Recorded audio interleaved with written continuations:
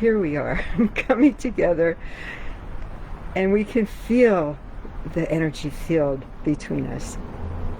And hopefully it has been strong enough to hold us here and keep us attached to each other for these moments that we're together.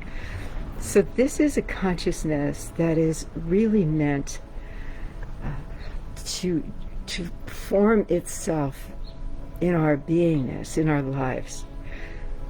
We're meant to be able to really understand how powerful it is when we're together. I just got a thumbs up from my husband, so everything it seems to be operating well. Glad to hear that.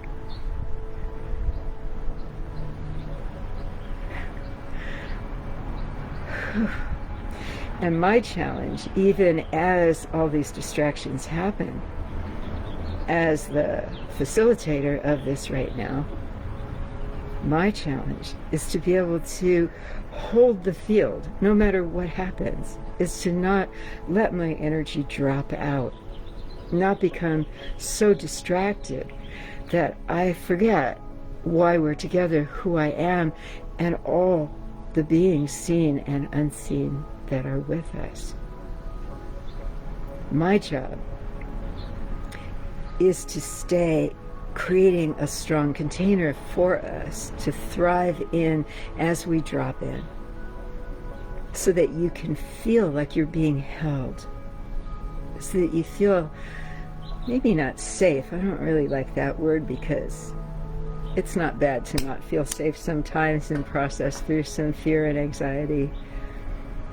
But so that you feel held, that you feel a sense of connection, not just with me and each other, but also with what we represent, with who we are as a consciousness, as a community of souls that are seeking enlightenment, that are seeking conscious growth. And as I use these words, I also am becoming aware of how overused some of them are. How words become kind of symbols of something. They become memes. They become disconnected from the deeper truth that they're meant to represent. For example, when I say higher consciousness, yeah, I mean, it's a word we use all the time. We could say higher consciousness. We could say, yeah, I wanna expand. I wanna go for that. I am devoting my life even to developing myself that way. But are they just words? Is that just two words that we say? Maybe read it in a book, maybe get all inspired. But those words, higher consciousness, they are sacred. Those words are of God, of spirit. Higher consciousness. If you really, as you're dropping in with me and with each other, feel those words, feel your heart respond to those words. A higher consciousness. What does that mean to you? What is the truth of that to you in the deepest parts of you?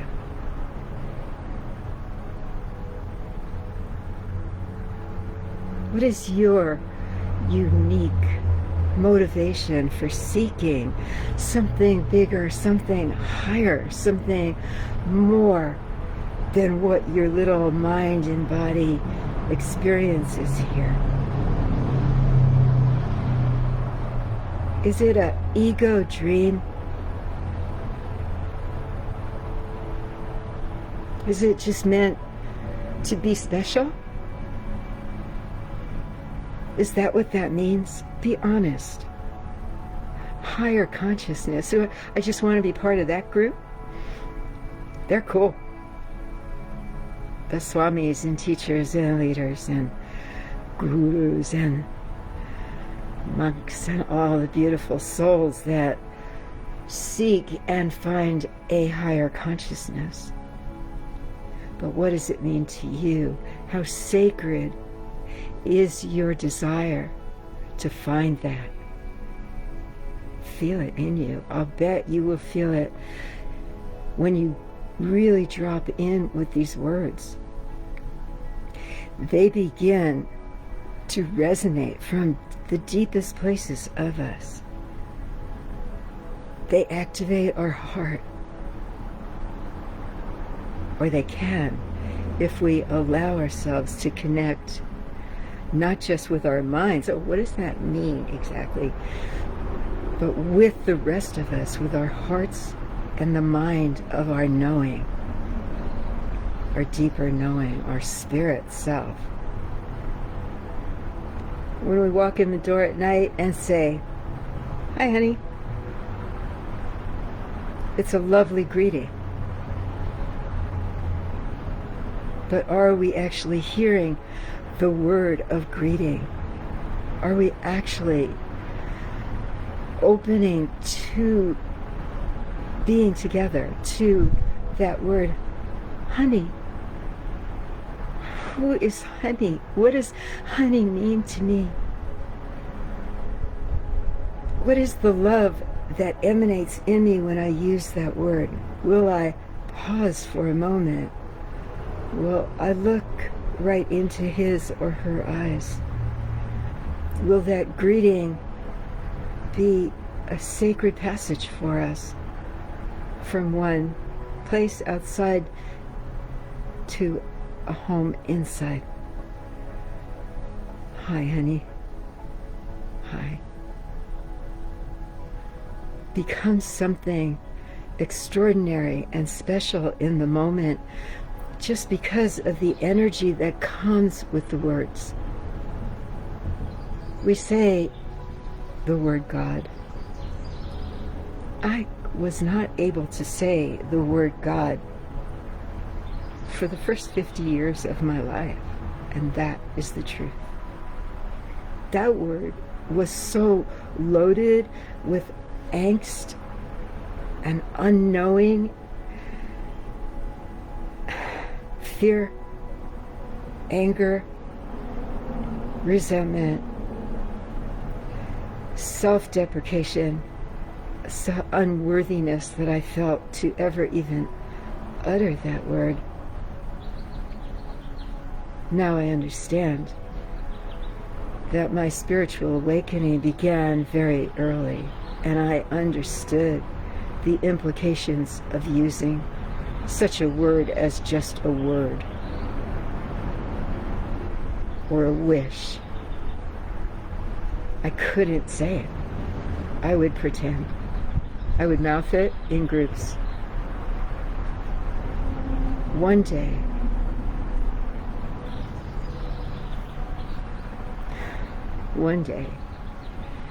I closed my eyes and heard my teacher say the word God with so much love in his heart that the word began to glow in me. It was like the word itself entered my being in a burst of light energy. It was the love in his heart that conveyed that word as more than a word. There was no explanation with that. He wasn't trying for anything. He just used the word. He used the word God with a love that I had never known before. A love of creation. His incredible story of spiritual awakening was alive in his surrender to being a man of God. There was no ego there, but there was a full knowing of himself as a divine being, as we all are, if we're able to get in touch with that part of us that receives and knows the power, the sacredness, and the beauty of our language.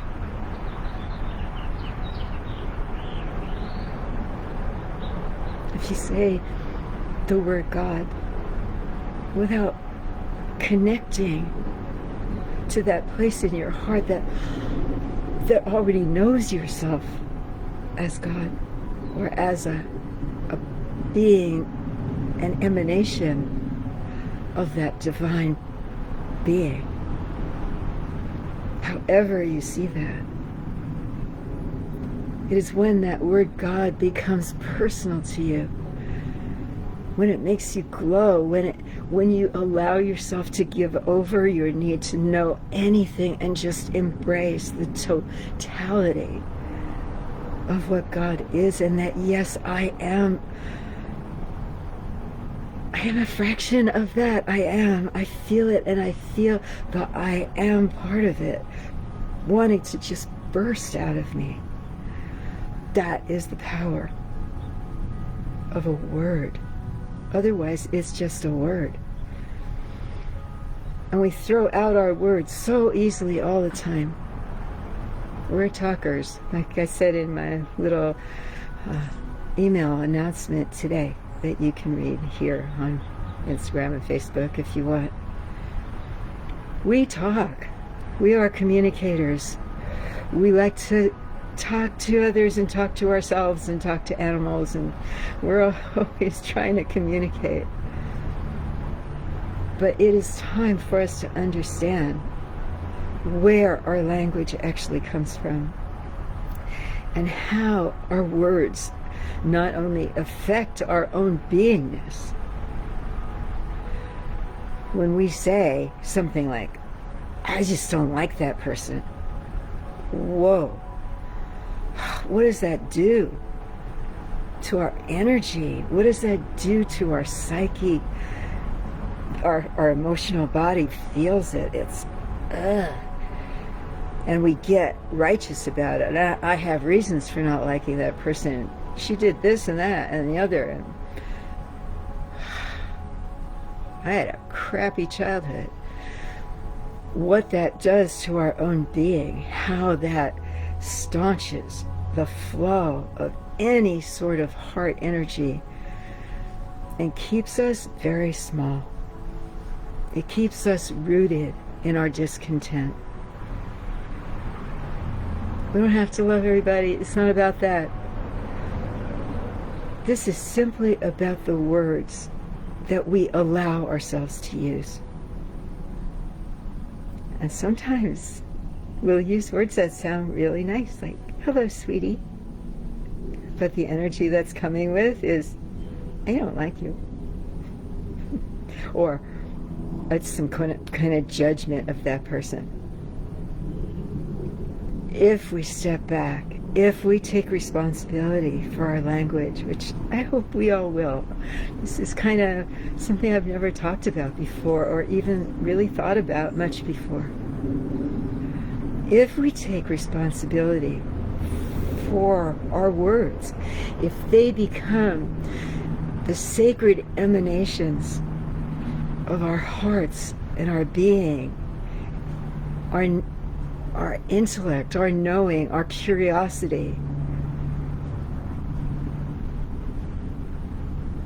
if our languaging begins to represent those parts of us, then even when we're in pain, even when we're sharing the deepest kind of emotional feelings and betrayals or sadness or anger, that the words we're using are not directed at anyone else, that they are simply emanations of release, of allowing the feelings to come up and saying, I feel like crap right now, ugh, and releasing and letting go of the emotional charge so that we can come back at some point to allowing the words of our heart to actually come out. And, you know, I've seen it hundreds, maybe thousands of times, that when we allow just the stuff of it to pour out,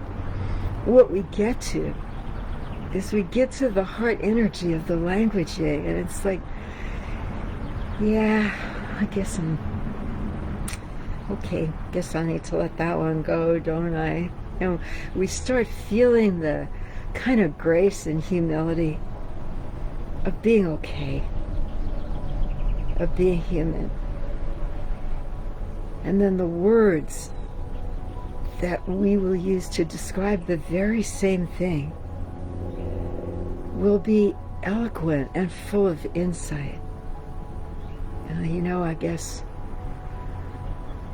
my father must have been coming from a long chain of abusive relationships. That's all he knew. And we start, you know, as an example of where a person comes to after they've released all the stuff, the eloquence and insight of the words that begin to evolve out of that.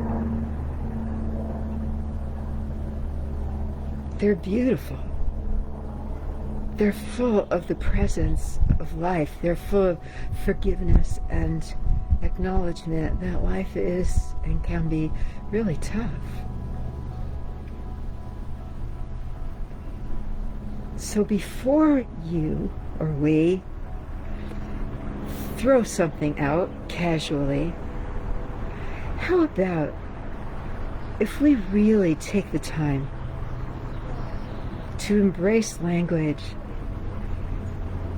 as a direct reflection of who we are, and knowing that what we communicate has an effect on others. I could say, well, yeah, pretty flowers back here, huh? Or I could take a moment to hook in with you and say, well, look at these flowers. Almost makes me feel choked up just to share it with you. It's a different way of being. And once we allow ourselves to become more cognizant, more alive and aware and conscious of the things we say, that's when the universe responds and offers us a greater thing to see and talk about and communicate to others. So that is my message for today, my friends. Thank you for putting up with my technical problems. I am hoping that they resolve themselves and that this has come through clearly and succinctly. Happy birthday, Chani. I hope you're feeling better. And happy birthday to all my other Gemini friends. May you flourish in your dualities and keep lighting the world up for us. Mahalo. Blessings. Bye-bye.